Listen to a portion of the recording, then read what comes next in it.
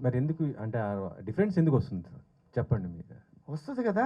ఎట్లా అదే ఆ డబ్బు అనేది ఎలా డబ్బున్నోడికి డబ్బు ఎలా వస్తుంది? డబ్బు లేనోడికి డబ్బు రావటం లేదు అంటే దానికి ఏంటి అసలు అక్కడి రీజన్? నుంచే మొదలవుతాయి కథలు, సినిమా కథలు. అక్కడి నుంచే సినిమా కథలు మొదలవుతాయి. ఇంక వేరే రూట్ చెప్పాలంటే ఇప్పుడు నేను మీకు పక్క తీసుకెళ్ళి కథ చెప్పాలి. ఇదిగో ఇలా వెళ్తే ఈ కథ వచ్చింది, ఇలా వెళ్తే ఈ కథ వచ్చిందని చెప్పాలి. యాక్చువల్లీ ఇది మాత్రం సత్యం సార్. రెండే.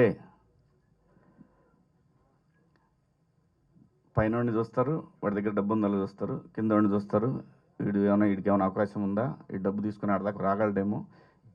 ఇవి మాత్రమే ఉంటాయి తప్ప కులాలు అడ్డొస్తాయని నేనైతే అనుకోవట్లా.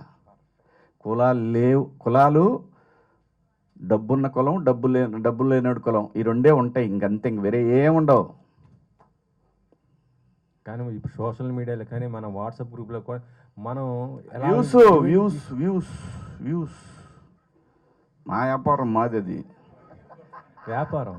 ఎస్ బాస్, ఎవరిదైనా అంతే. ఇప్పుడు నాకు ఇన్స్టాగ్రామ్ ఉంది, నేను కంటెంట్ వ్యూస్ వచ్చే కంటెంట్ ఇస్తా. అది కులం ఉండొచ్చు, సినిమా ఉండొచ్చు, ఇంకోటి ఉండొచ్చు, నిజంగా నిజాయితీ కూడా ఉండొచ్చు.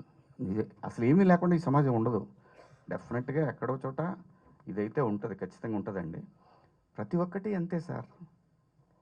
ఆ వివక్షత పోవాలంటే ఏం చేయాలనుకుంటారు? అంటే సినిమా ద్వారా ఏం చెప్తున్నారు ఆ సార్? లోపల మనం పోతాం ఏం చేయాలనుకునే లోపు. ఇంత మించి ఏం ఉండదు. కాలం అన్నిటికీ సమాధానం చెప్తుంది సార్. కాలం అన్నిటికీ సమాధానం చెప్తుంది. ఓకే.